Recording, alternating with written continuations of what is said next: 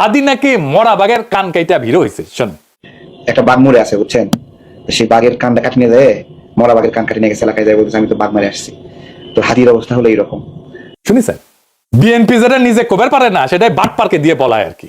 বিএনপির অনলাইন গুন্ডা পুরা বাটপার আশেপাশে নিয়ে বিএনপি রাজনীতি করে। এই পুরা বিএনপি এস্টাবলিশমেন্ট হাদির পিছে লাগিছে, তারা হত্যাযজ্ঞ বানাইছে। সে বিখ্যাত আন্তর্জাতিক খ্যাতি সম্পন্ন সাংবাদিক থেকে শুরু করে এই আমতারিকের মতো বাটপার সব একসাথে। যে গুলি করেছে সে তো জেলে ছিল, অস্ত্র সহ ধরা পড়েছিল। তাহলে জামিন করেছে কে জানেন? জানেন না?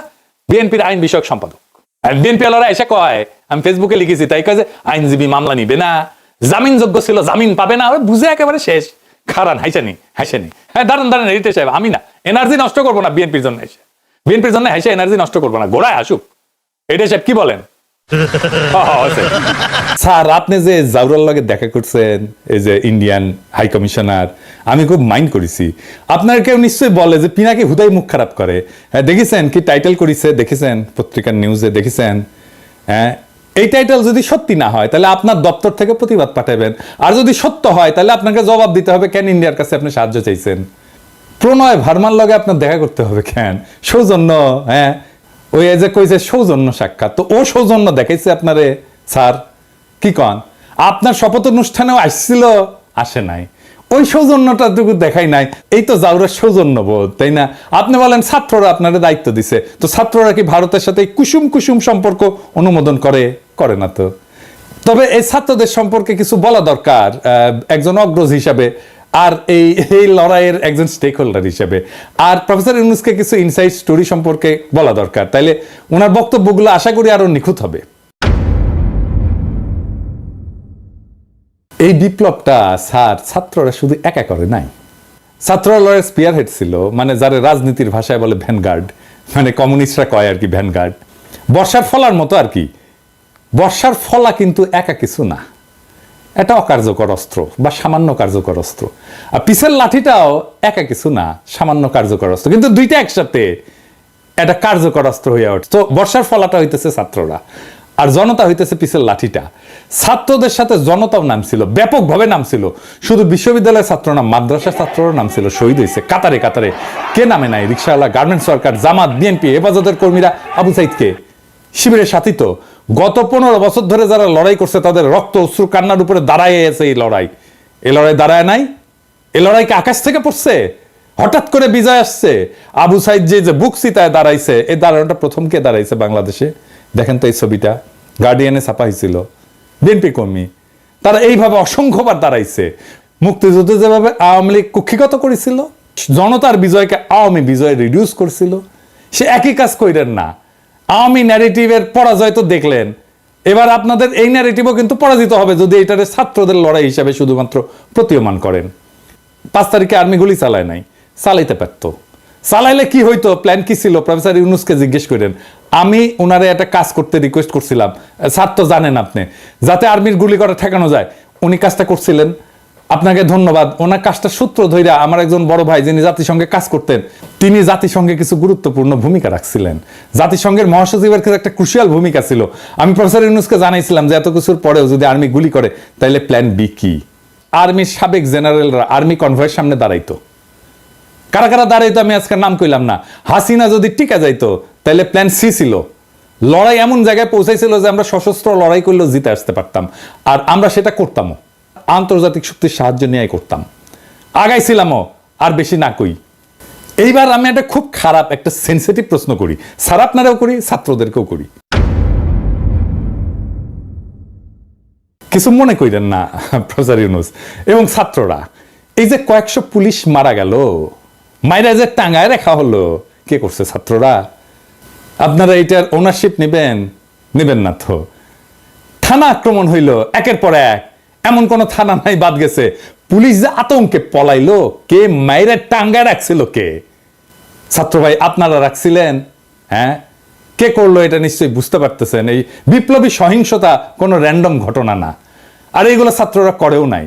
কিন্তু বিপ্লবী সহিংসতার একটা ডিসাইসিভ রোল ছিল। হাসিনা না পড়লে পুলিশের পরে আমলাদের সিরিয়াল ছিল। হ্যাঁ আমি জানি, বাইচা গেছেন আপনারা। ওই যে সব সুন্দরী, সব অপসরীরই একটা দুর্গন্ধযুক্ত গুজ্জদার থাকে, সেরকম এইরকম বিপ্লবের একটা বিপ্লবী সহিংসতা থাকে যেটা কেউ ওন করে না, কিন্তু ওই বিপ্লবী সহিংসতাটা দরকার। সেই জন্য আপনি বিপ্লবের পুরা গল্প কোনোদিন পাইবেন না, কারণ এই কথাটা কেউ বলবে না যে আমি এটা করেছি, কেউ বলবে না, কেউ স্বীকার করবে না, কিন্তু এটা হয়েছে। যাই হোক, তাই সবাইরা বাদ দিয়ে একটা গ্রুপকে মহিয়ান করে তোরা কৌশলকে বাদ দিতে অনুরোধ করি। তরুণ ছাত্র নেতা এবং উপদেষ্টা পরিষদের জন্য সামনে কিন্তু বিপদ আছে। বিপদটা কি আমি একটু বলি, খুইলা বলি। ছাত্ররা একটা শক্তি, সত্য, কিন্তু ছাত্র নেতারা ডিসপোজেবল। ডিসপোজেবল কথাটা শুনে আবার মাইন্ড করেন না। ছাত্র নেতাদের শক্তি অতি ক্ষণস্থায়ী। আমিও ছাত্র নেতা ছিলাম, আমিও ঠিক 90-এর অভ্যুত্থানের নেতা ছিলাম। হাজার হাজার ছাত্রকে ডাক দিলে এক কাতারে আনতাম। এখন ওই ছাত্রদের আনতে পারবো না, কারণ তারাও ছাত্র নাই, আমিও নাই। ওদের সবার সংসার হয়েছে। রাজশাহী মেডিকেল কলেজে গেলে হ্যাঁ সাবেক ছাত্র পরে পরিচিতি পাইছে, পিনাকি ভট্টাচার্য হয়েছে, সেই জন্য হয়তো আসবে অনেকেই। কিন্তু আমি যদি আজকাল পিনাকি না হইতাম কেউ আসতো না। ছাত্র নেতার তার যে কনস্টিটিউয়েন্সি সেটাতে খুব অল্প সময় থাকে, খুবই অল্প সময় থাকে। ওই যে জায়মান অক্সিজেন বলে কথা আছে না, সামান্য সময় থাকে, ওই রকম জায়মান তার শক্তিটা। এই যে 90-এর অভ্যুত্থানের অগ্রপথিক ছাত্র নেতারা, এই যে দেখেছেন ওনারা কোথায়। এই যে বিচিত্রার প্রচ্ছদ প্রতিবেদন হয়েছিল আমাদের সময়, বিচিত্রার প্রচ্ছদ প্রতিবেদন হওয়া মানে বিশাল বিশাল ব্যাপার। বিচিত্রার প্রচ্ছদ প্রতিবেদন হয়েছিল, ওনাদের ছবি দেয়া, ওনারা কোথায়? কোথাও নাই। অথচ উনাদের কথায় তখন দেশ চলতো। এরশাদের পতনের পরে বাংলাদেশের ছাত্র নেতাদের মধ্যে 4 খলিফার চাইতে বড় ছাত্র নেতা আসে নাই। ওনাদের গত 40 বছরে কোনো বেল ছিল রাজনীতিতে? ছিল না। এখন আজকাল ছাত্র নেতারা ডাকলে হাজার হাজার ছাত্র আসে। ঠিক 5 বছর পরে ওই ছাত্র ইউনিভার্সিটি থেকে বাইরে গেলে সেই একই বাগানে আসবে নতুন কুড়ি। শুধু সেদিনের মালি থাকবে না, ছাত্র রাজনীতি কফি হাউসের সেই আড্ডা, বুঝছাও, এটা থাকে না। বারবার ছাত্রদের সামনে আয় না, জনতাকে যে সামনের কাতার থেকে পিছে ঠেলে দেওয়া হইতেছে, তার সবচেয়ে বড় ভিকটিম হবে ছাত্ররাই, ছাত্র নেতারাই। তারা শক্তিহীন হইয়া পড়বে। রাজপথে ছাত্র জনতার বিপ্লবী ঐক্য হাসিনাকে পরাস্ত করছে। শুধু ছাত্ররা করে নাই। ক্ষমতা জিনিসটাকে আজকের ক্ষমতাবানদেরকে বুঝতে হবে খুব খেয়াল করে, কারণ এটা না বুঝলে আপনি ক্ষমতাকে ম্যানেজ করতে পারবেন না। কারণ ক্ষমতা খুব ডেঞ্জারাস জিনিস। আমি আপনাদেরকে বিপ্লবের একটা এক্সাম্পল দিয়ে দেখাই। ক্ষমতা কিভাবে বিপ্লবকে ধ্বংস করে দিতে পারে। রুশ বিপ্লব টেকেছিল, টেকে নাই। এত বড় সফল বিপ্লব টেকে নাই কেন জানেন? কারণ লেনিন নিজে ক্ষমতাকে কিভাবে ডিল করবেন, জনতার সাথে কিভাবে পুনঃসম্পর্ক স্থাপন করবেন, জনতাকে দিয়ে কিভাবে বিপ্লবকে ওন করাবেন, সেটা বুঝতে পারে নাই লেনিনের মতো প্রখর রাজনৈতিক মেধার লোক। ক্ষমতা এসে বিপুলভাবে অজনপ্রিয় হয়েছেন লেনিন আর তার নিজের দল মাত্র কয়েক মাসের মধ্যে। এটার সাথে বাংলাদেশের আগস্ট বিপ্লবের মিলটা ধরাই দেব, মজা পেবেন। রাশিয়া বিপ্লব হইল, লেনিন ক্ষমতা নিলেন, তারপর একটা নির্বাচন দিলেন কয়েক মাসের মধ্যে এবং গোহারা হারলেন। বিরোধী দল পেল 40% ভোট আর সে পেল মাত্র 25% ভোট। তারপর পার্লামেন্টে রেড আর্মি পাঠায় ওদেরকে পার্লামেন্ট ছাড়া করলেন। এটা হচ্ছে লেনিনের কেরামতি। সফল বিপ্লব করলো যেই দল ক্ষমতায়, তারপরে গোহারা হারলো। আর ওই হারার পরেই Soviet union one party state হয়ে ওঠে ধীরে ধীরে। দীর্ঘমেয়াদে শুধু বিপ্লব না, একটা প্রসপারাস নেশনকে পিছায় দেওয়া হয় বহু বছর, আজকে পর্যন্ত মাথা তুলে দাঁড়াইতে পারেনি। আর একটা এক্সাম্পল দিই, শপথ নেওয়ার আগে মোস্ট প্রমিনেন্ট আর পপুলার ছাত্র নেতা কারা ছিল? আসিফ আর নাহিদ তো, তাই না? এখন মোস্ট প্রমিনেন্ট আর পপুলার ছাত্র নেতা কে? সার্জিস আর আফনাজ আব্দুল্লাহ। কেন বুঝলেন তো? কারণ ওরা ক্ষমতার বাইরে। ক্ষমতা জনগণের সাথে নেতার দূরত্ব তৈরি করে সব সময়। ক্ষমতাবানকে জনগণ পছন্দ করে না, ক্ষমতা জনগণকে দূরে সরায় দেয়। লেনিনের মতো প্রখর রাজনৈতিক মেধা এই ক্ষমতাকে ম্যানেজ করতে পারে নাই। দুইটা দেশ পারছিল কিন্তু বিপ্লবের পরে ক্ষমতা আর জনতার মধ্যে মেলবন্ধন করতে, কিউবা আর ইরান। সেই জন্য এই দুই দেশে এখনো বিপ্লব টিকে আছে। আর এই অরাজনৈতিক এনজিও দুর্বল বুইরাদের ক্যাবিনেট পারলে ভালো, কিন্তু প্রফেসর ইউনূস তো খমিনেও না লেনিনও না। এখনই প্রফেসর ইউনূসের সরকারকে অনেকে এনজিওগ্রাম সরকার বলে। ওই যে হার্টের এনজিওগ্রাম না, ওই এনজিও মানে নন গভর্নমেন্ট অর্গানাইজেশন, আর গ্রামীণের গ্রাম মিলে এনজিওগ্রাম সরকার। হ্যাঁ বুঝছেন স্যার, আপনার সরকারকে এনজিওগ্রাম সরকার বলে। বুড়াদের লাগে এনজিওগ্রাম। এটা নতুন তরুণ বাংলাদেশ করতে পারবে না। আপনার ক্যাবিনেটের 2 জন তরুণ ছাত্রকে নিয়েছেন, আমি প্রথম দিন এটা অ্যাপ্রিসিয়েট করছি, বলছি যে এটা ভালো কাজ হয়েছে। আপনি সবাই নেন তরুণ, সবাই সব উপদেষ্টারা তরুণ নেন, এই যে ছাত্রদের নেন, কোনো অসুবিধা নাই তো, আমরা সাপোর্ট করব। ওরা খুব ভালো পারবে চালাইতে।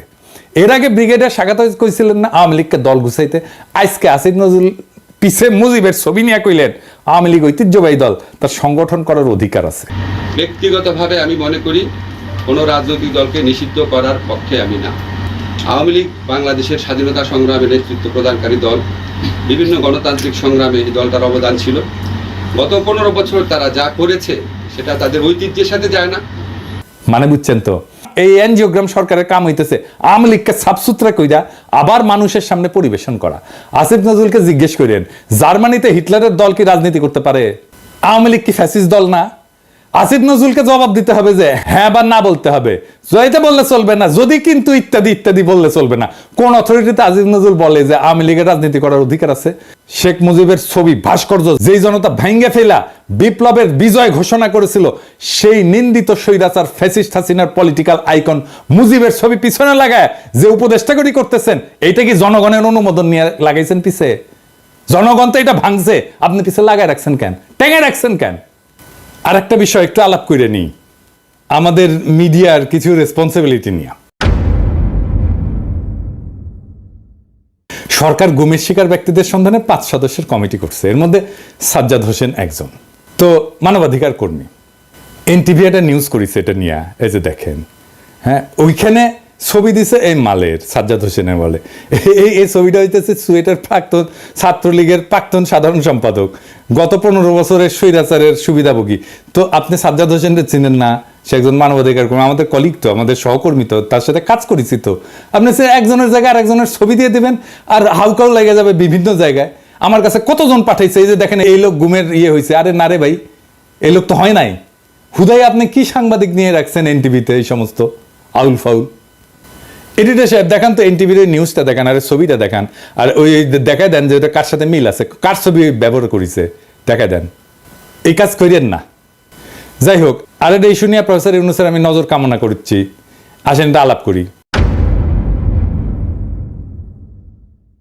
হাজার হাজার আহত জনতা ছাত্র কাতরাইতেছেন। আপনি বলছিলেন না এদের চিকিৎসা ব্যবস্থা করবেন, আর তালিকা করতে পারলেন না আহত নিহতদের।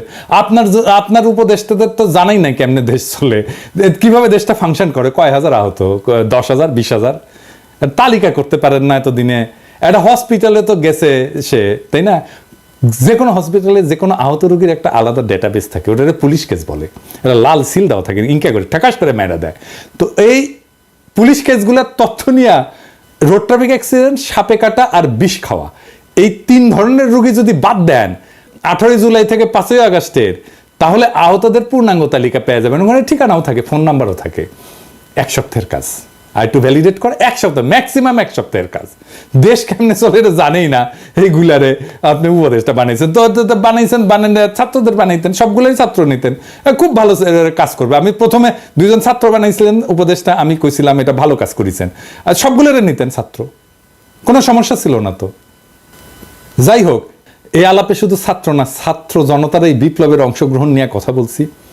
তো আমি শহীদদের নিয়ে এপিসোডে মাঝে মাঝে শেষ করতাম। আজকে আমি যারা নিয়ে কথা বলবো সে শহীদ কিনা জানি না, কিন্তু এই আন্দোলনে সে একজন নিখোঁজ ব্যক্তি। আসেন তারে নিয়ে একটু কথা বলি। ইয়াসিন আরাফাত একজন দরিদ্র শ্রমিক, রাজধানীর ঢাকার কুড়িল এলাকায় ইঞ্জিন মেকানিক হিসেবে কাজ করতেন। একই এলাকায় ফুচকা বিক্রি করতেন বাবা আবুল কালাম। গত 18 জুলাই বিকেল ইয়াসিন আরাফাত বাবাকে ফোন দিয়ে বলে, বাবা আমি খুব বিপদে আছি। এরপর ফোনের লাইন কেটে যায়। ওই ঘটনার 1 মাস পার হলেও ছেলের সন্ধান পাননি আবুল কালাম। সন্তানের খোঁজে বিভিন্ন জায়গায় ঘুরে বেড়াচ্ছেন। অন্যদিকে নিখোঁজ থাকার পর অনেকে ফিরতে শুরু করেছেন পরিবারের কাছে, কিন্তু ইয়াসিন আরাফাত ফেরেনি। কেউ তার খোঁজ নেয়নি, কেউ ফেসবুকে লেখেনি, তাকে নিয়ে কোনো পত্রিকা স্টোরি করেনি। করবে কেন? সে তো আর এলিট না, নিতান্তই সাধারণ শ্রমিক, যারা কোনো প্রতিদানের আশা ছাড়াই লড়াইয়ের মাঠে নেমেছিল। কোনো কোটা না, কোনো চাকরির ন্যায্যতা না, নিতান্তই সে হাসিনার নির্মম শাসনের বিরুদ্ধে, ছাত্রদের উপরে চলা নির্মম ফ্যাসিস্টের আক্রমণে বিক্ষুব্ধ হয়ে পথে নেমেছিল। সম্ভবত তার জীবনটাও দিয়ে দিয়েছে। তারপরে বেওয়ারিশ লাশ হয়ে কোথাও দাফন হয়ে মাটিতে মিশে গেছে এতদিনে। তার বাবা কাঁদতে কাঁদতে ছেলেকে খুঁজছে। তার কান্নাও একদিন শুকিয়ে যাবে। বিপ্লবের এমন অসংখ্য শহীদ অগোচরে থেকে যাবে। এইসব জানা অজানা অসংখ্য শহীদদের রক্ত মারিয়ে যারা ক্ষমতার মসনদে বসলেন, তারা এই ফ্যাসিস্টকে সাফসুত্র করে আবার আমাদের পরিবেশন করবেন। হাসিনার অনুগতদের দিয়ে প্রশাসন চালাবেন, পিছনে ফ্যাসিস্টের আইকনের ছবি ঝুলিয়ে একটুও গ্লানিতে ভুগবেন না। ইয়াসিন আরাফাতের বাবা আবুল কালামের জীবনটা এক অসীম দুঃখে ডুবে গেছে। প্রত্যেকদিন সকালে হয়তো তিনি ঢাকার কুড়িলে যান, যেখানে একসময় তার ছেলে ইয়াসিন আরাফাত কাজ করত। পুরনো স্মৃতির টানে তিনি প্রতিদিন সেখানে যান, যেন অলৌকিকভাবে ছেলেকে দেখতে পাবেন হঠাৎ। কিন্তু ইয়াসিন আরাফাত ফেরে না, আর কোনোদিন সে ফিরবে না। আবুল কালামের চোখের পানির কোনো শেষ নেই, সেই জন্যই তিনি কাঁদেন, অবিরাম কাঁদেন। তিনি জানেন যে তার কান্না কখনোই শেষ হবে না। প্রত্যেকটা দিন তাকে মনে করিয়ে দেয় তার ছেলে আর নেই, কিন্তু তবুও তিনি আশা ছাড়েন না। ছেলের খবর পাওয়ার আশায় দিন রাত কাটান। এদিকে ক্ষমতার খেলার মঞ্চে এই সাধারণ শ্রমিকের আত্মত্যাগ কোথাও স্থান পায় না। অন্যদের মতো ইয়াসিনেরও কোনো স্বীকৃতি নেই। তার জীবনটা যেন একটা নিষ্ফল স্বপ্নের মতো। তার বাবা আবুল কালাম নিজের চোখের জল দিয়ে সেই স্বপ্নকে কবর দিয়ে যাচ্ছেন প্রত্যেক দিন। কিন্তু এই নিঃশব্দ কান্নার মধ্যেও আরেকটি আগামী বিপ্লবের বীজ রোপিত হয়েছে। ইয়াসিন আরাফাতের রক্তের ফোঁটাগুলো সেই বীজের জন্যে জল হয়ে থাকবে। হয়তো একদিন, অনেক অনেক দিন পর, এই রক্তের রঙে রঙিন হয়ে, এই রক্তের রঙে রঙিন হবে নতুন একটা ভোর। ইয়াসিনের মতো অজানা শহীদদের রক্তেই ফুটে উঠবে সেই ভোর, যা সত্যিকার স্বাধীনতার আলোকে আলোকিত। ততদিন পর্যন্ত আবুল কালামের চোখে থাকা আশা হয়তো ম্লান হবে না, কারণ তার ছেলের আত্মত্যাগ সেই দিনের বিপ্লবীরা ঠিকই স্মরণ করবে, যে বিপ্লব এক এলিটের হাত থেকে আর এক এলিটের হাতে ক্ষমতা হস্তান্তর করবে না। এভাবেই অগণিত শহীদের আত্মত্যাগ একদিন ইতিহাসের পাতা জুড়ে লেখা হবে। আর তখনই হয়তো আবুল কালামের চোখের জল একটু থামবে এবং তিনি জানবেন যে তার ছেলে কোনো অচেনা ইতিহাসে হারিয়ে যায়নি, বরং সেই ইতিহাসের অংশ হয়ে বেঁচে আছে। ইনকিলাব জিন্দাবাদ।